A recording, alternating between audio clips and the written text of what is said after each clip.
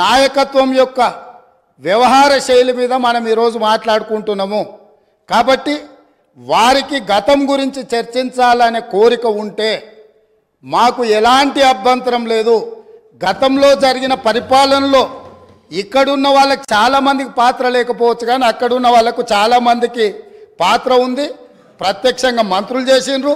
అక్కడున్న నాగేందర్ గారు, ఆ పక్కనున్న శ్రీనివాస్ యాదవ్ గారు, ఆ పక్కనున్న హరీష్ రావు గారు, అక్కడున్న కడియం శ్రీహరి గారు, ఆ పక్కనున్న పోచారం శ్రీనివాసరెడ్డి గారు, ఆ పక్కనున్న గంగుల కమలాకర్ గారు, అన్ని పేర్లు మొత్తం అన్ని లిస్టు చదువుతా. వీళ్ళందరూ కూడా ఈరోజు వారు ఏదైతే పాపాలు జరిగినాయి అంటుండ్రో ఆ పాపాలలో సంపూర్ణమైన భాగస్వామ్యం వాళ్ళదే ఉన్నది. వరంగల్ ప్రాంతంలో జరిగిన ఎన్కౌంటర్లకు ఎవరి కారణమని చర్చ ఉంది అధ్యక్ష? ఈరోజు వారే మాట్లాడుతున్నారు.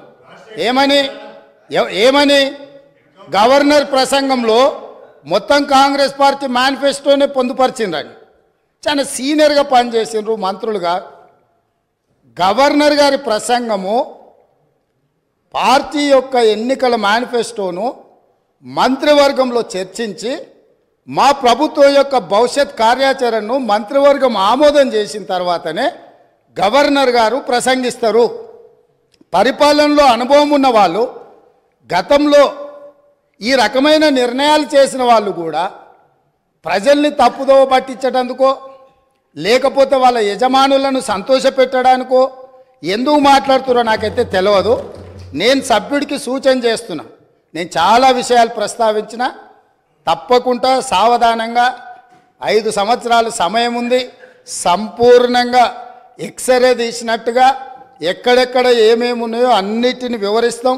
మా ఆర్థిక మంత్రి గారు, డిప్యూటీ సీఎం గారు జరిగిన విధ్వంసం ఏంది, ఆర్థిక నేరం ఏంది, అన్ని విషయాలు ఈ సభలోనే తమరి అనుమతి తీసుకొని చర్చకు పెట్టి వాటన్నిటిని విశ్లేషిద్దాం. మేము సిద్ధంగా ఉన్నాం. సంవయనం పాటించి ఈరోజు గవర్నర్ గారి ప్రసంగానికి సంబంధించిన మీకు మనసు ఉంటే, తెలంగాణను అభివృద్ధి చేసుకోవాలన్న ఆలోచన ఉంటే అభినందిస్తూ మీరు ముందుకు రండి. లేదు మేము ఇట్లనే ఉంటామంటే పిల్లి శాపనార్థాలకు ఉట్లు తెగిపడవు. ఈ శాపనార్థాలు పెడుతూనే ఉంటారు జీవితకాలం. కాబట్టి దయచేసి ప్రతిపక్షానికి నేను సూచన చేస్తున్నా, మేము పాలకపక్షంగా మా విజన్ డాక్యుమెంటుని సభలో పెడుతున్నాం.